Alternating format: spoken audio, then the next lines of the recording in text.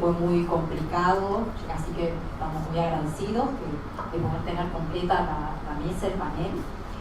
Y bueno, te voy a presentar. Tenemos el apellido lo podés pronunciar vos porque hemos tenido acá como casi un congreso sobre la pronunciación. Llegamos a la siguiente conclusión. Licenciado Marcos Perret Arnaud. Y no, es catalán. Debo corregirlo. Bueno, ahí su compañero Julián Martínez Vázquez de Mesa había apostado por eso. Bueno, así que empezamos mal. Esperemos mejor. Él nos va a presentar su posición limpia, fija y de esplendor, que me imagino que a todos nos sonará de algún lado. Marcos, ¿cómo se pronuncia? Arnaud. Es licenciado en Filosofía de la Universidad de Buenos Aires y becario de investigación UBASI.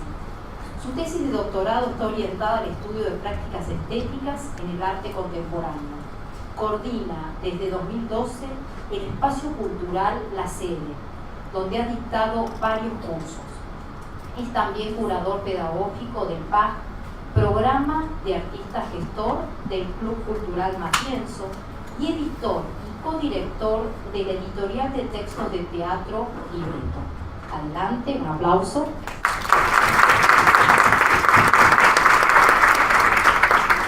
Muchas gracias por la invitación, disculpa por la demora.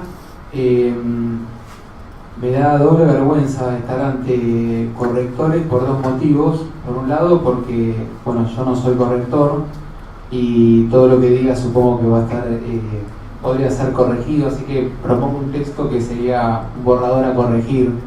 Espero sus correcciones. Y por otra parte me da vergüenza porque yo estudié filosofía en la UBA y en la Facultad de Filosofía compartimos la facultad con corrección, con edición, y la verdad es que nunca me lo crucé. Siempre nos evitamos en todas las aulas, si bien compartimos el mismo espacio. Entonces, algo que logré durante varios años, de evitar correctores, hoy me los encuentro todos delante mío. Quizá para ustedes la frase limpia, fija y de esplendor es un lugar común. Para mí no lo era.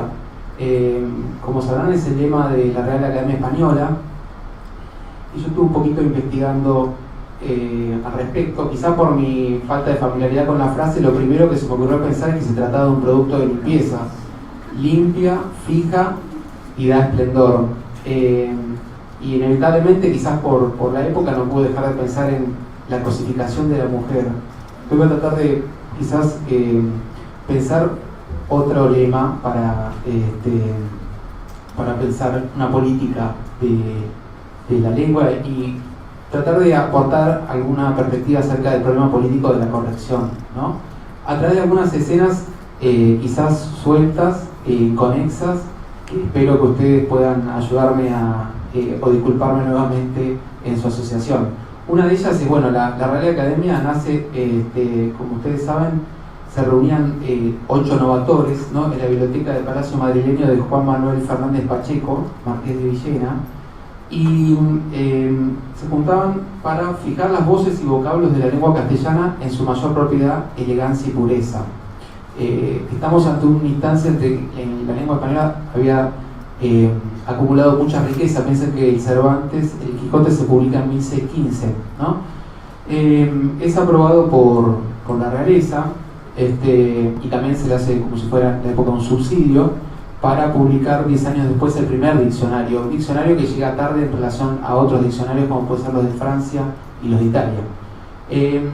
A mí me llamó la atención, sobre todo, quizás ustedes saben que el Libreto es una editorial que nace publicando libros de teatro, y la puesta en escena, no se nos pudiera pensar, de la lengua que se da a sí misma la Real Academia Española, es a través de sillas. Ustedes saben que no son 24 como las letras del alfabeto del abecedario, sino son 46, porque incluyen minúsculas y minúsculas.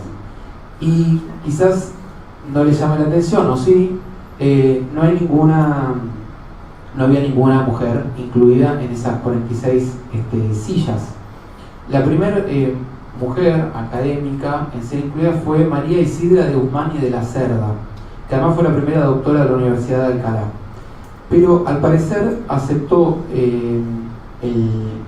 la silla, pero después del agradecimiento no volvió a comparecer más. Recién en 1978, ¿no?, fue cuando volvió a ser elegida como académica de número Carmen Conde, y actualmente de las 46 letras, solo 8 de ellas son mujeres. Uno de los problemas, yo creo, de la lengua, y que está planteado en los artículos de la Real Academia, es el problema de la unidad en la lengua, ¿no? Es decir, cómo, por un lado, poder, como una sustancia, estar como sustrato de los cambios que experimenta la lengua, pero por otra parte tenemos que pensar históricamente también en el colonialismo español. Entonces, el problema de la unidad de la lengua se da sobre todo a fines del siglo XVIII y principios del siglo XIX con mucho dramatismo. Surge allí esta idea de que la unidad de la lengua está dada en lo que sería la lengua hispana, ¿no?, que si ustedes se fijan, perdura a pesar de que todas las colonias latinoamericanas rompen con la corona. Entonces hay una unidad en la lengua que de alguna manera pervive a pesar de la ruptura con la corona. Si ustedes se fijan, esta idea de unidad persiste siempre en la Real Academia a través, entre otras cosas, de generar correspondencias o corresponsales. La Academia Argentina de Letras, que nace en 1931 como un decreto del presidente de facto Uriburu, se incluyó recién en los años, en el 51, como parte de la Real Academia, con la Asociación de Academias de la Lengua Española SALE. La Academia de Letras, no sé si la conocen, está en el Palacio Errázuriz, ¿no?, donde está el museo decorativo, y también tiene esta organización no en sillas, sino en sillones, y cada sillón lleva el nombre de un escritor argentino. Ninguna mujer tiene un sillón. De los 19 académicos actualmente, solo 4 son mujeres, el 20%. El sillón número 1, que fue y que lleva el nombre de Juan Bautista Alberdi, es el que ha sido ocupado por más mujeres. Lo ocupó Victorio Campo entre 1977 y 1979, y desde 1980 lo ocupa Alicia Jurado. Esta idea de la unidad o de la universalidad en la lengua, yo creo que otra instancia para pensarla hoy, no tanto en relación con la Real Academia, sino con otras instancias, deberíamos pensarlas en términos de la industria cultural. Y en ese sentido me parece que uno de los intentos por pretensiones de universalidad de la lengua está dada por el español neutro, ¿no?, que, como todos saben y todos critican, empobrece la lengua, sobre todo porque está hecha a partir de México, ¿no? Entonces el resultado de estas uniformidades y de cierta uniformidad de la lengua es que pierde su riqueza. Pero también hay otra instancia quizás más compleja para pensar en la industria cultural, que señala la crítica argentina Josefina Ludmer, en una de sus últimas conferencias que publicó hace poquito en la revista Chuy de la Universidad de 3 de Febrero, donde ella señala un pasaje desde la crítica cultural al activismo cultural, y que estaría dado una de sus claves para ser pensado a través de el pasaje en la cultura del libro a la cultura electrónica. Y a partir de eso quería quizás señalar algunas ideas, ¿no? La idea principal de Ludmer es que en los 60, en el auge y en la instancia más fuerte de la crítica literaria, estaba basada en la industria del libro, vinculada también a la industrialización, y que estaba un poco organizada en la idea de inseparable de pensar la literatura como nación, y como a través de ciertas editoriales como pueden ser las editoriales sudamericanas, MC, Jorge Álvarez, un sujeto representativo de clase, un tipo de ficción, ¿no? Y editoriales que publicaron, por ejemplo, a Borges, Rulfo, García Márquez, esas editoriales fueron absorbidas, ella señala, en los 90 por los grandes conglomerados editoriales. Y lo que ella señala, ¿no? Es que en los 90 lo que quizás antes era, no era visto, es que la lengua empieza a ser una industria realmente, ¿no? Y que se gana dinero con la lengua. Dice, antes era como que la lengua no importaba tanto, parecía que la lengua era gratis. Ahora la lengua se cobra de algún modo y se gana con ella, ¿no? Entonces, en los 60, según ella, culmina el capitalismo nacional, en nuestro campo específico, que es la industria del libro, y las industrias nacionales que implican literaturas nacionales. Entonces, tienen ideas de una literatura de la diáspora, de éxodos, en la cual no me voy a meter, pero realmente es muy interesante el artículo. Al respecto, yo lo que quería referirme no es tanto en relación a los conglomerados editoriales internacionales, sino quizás de lo que más nos compete a nuestra mesa, que son las editoriales independientes. En ese sentido me parece que ya dan el clavo al pensar a la cultura como activismo cultural, porque así como quizás el artefacto en lo cual se materializaba la Real Academia era la silla y la Academia Argentina de Letras, el sillón, me parece que el artefacto de los últimos 15 años que inventó las editoriales independientes fueron los puestos, ¿no? Los puestos, esas mesas, tablones con caballetes que se alistaban uno al lado del otro en un gran abrazo en las ferias de libros independientes. Pero no es solo si ustedes quieren, un mobiliario, sino me parece que es una actitud. Se trata de escritores que con la crisis institucional post-2001 devienen sus propias instituciones editoriales. Si ustedes me preguntan dónde está la literatura de los 2000, yo diría que los escritores no escriben tanto libros sino catálogos. Yo estudiaría sus catálogos como editores. Y se trata de escritores que se vuelven puestos en sí mismos, de tanto llevan los libros en la mochila a todos lados. Ellos mismos son el libro, están puestos, como diríamos. Me parece que eso sería un punto para pensar, y no solo en las editoriales independientes. Me parece que para pensar y poder entender el movimiento independiente de la cultura argentina hay que pensar en esta idea de los puestos, y no solo con los libros, sino también con las salas de teatro, con las galerías y con los sellos discográficos. Es decir, que estar puesto en un modo de ser en la cultura post-2001.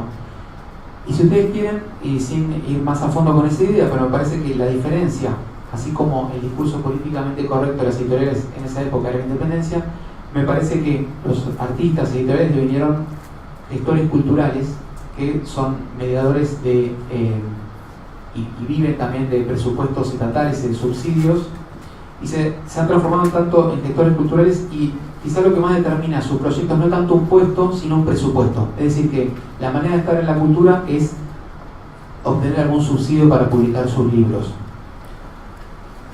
En ese sentido es que quería referirme al último punto vinculado a la corrección política, y tiene que ver con que y quizás tiene que ver con cómo asocié estas dos ideas, ¿no? Este lema de la Real Academia de hace varios siglos, limpia, eficaz, de esplendor, con el feminismo, porque me parece que el feminismo podemos pensarlo como la nueva corrección política. Si bien es cierto que las feministas de los 80 en Estados Unidos fueron las que introdujeron la idea de la corrección política como una crítica a quienes se presentaban como más progresistas. Como yo les comenté, estudié filosofía y compartía las aulas con quienes estaban también cursando la materia de corrección de estilo, y en la materia de corrección de estilo de Negroni está incluida la guía de comunicación no sexista del Instituto Cervantes, ¿no? Me parece que ahí aparece como un problema en el cual yo la verdad que no puedo ir más a fondo que ustedes, que tiene que ver con pensar esta idea de la universalidad a través de lo masculino en la lengua, ¿no? Surgen un montón de problemas en los cuales estuve un poco investigando que no resuelven y que abren otros problemas. Pero en todo caso, quizás uno de ellos es, por ejemplo, el doblamiento, ¿no? Solo los venezolanos y venezolanas por nacimiento y sin otra nacionalidad podrán ejercer los cargos de presidente o presidenta de la República, vicepresidente ejecutivo o vicepresidenta ejecutiva, presidente o presidenta y vicepresidentes o vicepresidentas de la Asamblea, ¿no? El desdoblamiento de alguna forma de resolver un problema que me parece que alumbra un problema político, y que me preguntaba yo si estaba en las competencias de los correctores de poder resolverlo como tal. Y en ese sentido pensaba, ¿no?, ¿qué política de la lengua y de la corrección surgiría si sustituimos el lema, ¿no?, limpia, fija y da esplendor por este otro, legal, seguro y gratuito? ¿Cómo sería, es una pregunta, porque yo la verdad que no podría hacerlo, pero cómo sería pensar en esa política de la lengua y de la corrección? Legal, segura y gratuita. Bueno, muchas gracias.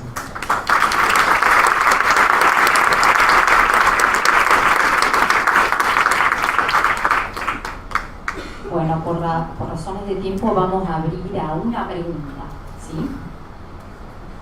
¿Alguien quiere hacer? ¿Cómo?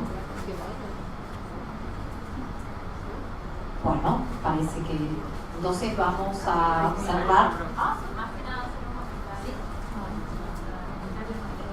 El comentario va justamente por lo que él decía de la guía de lenguaje sexista. Yo justamente cursé esa materia con Negroni, era el cuatrimestre pasado, así que es un tema reciente. Y más o menos la otra profesora que fue quien dio ese tema, Silvia, no recuerdo su apellido ahora, decía que a pesar de las complejidades que traía todo el tema de no incluir solamente el masculino para los nombres comunes, había una tendencia, por lo menos en las publicaciones científicas, de utilizar términos que fuesen lo más flexibles posible, que no tendiera a ser masculino o femenino, pero que sí ya se tenía como establecido, y que de hecho las publicaciones que se realizaban que no cumplían con esto no eran publicadas, y se le mandaba al autor a utilizar los términos que mejor se adaptasen a las circunstancias, precisamente para evitar todo el tema del sexismo en lo que se podía. Bueno, ahora les agradecemos a todos y los invitamos también a hacer sigue a continuación la corrección y la literatura, así que los invitamos y un aplauso final para todos.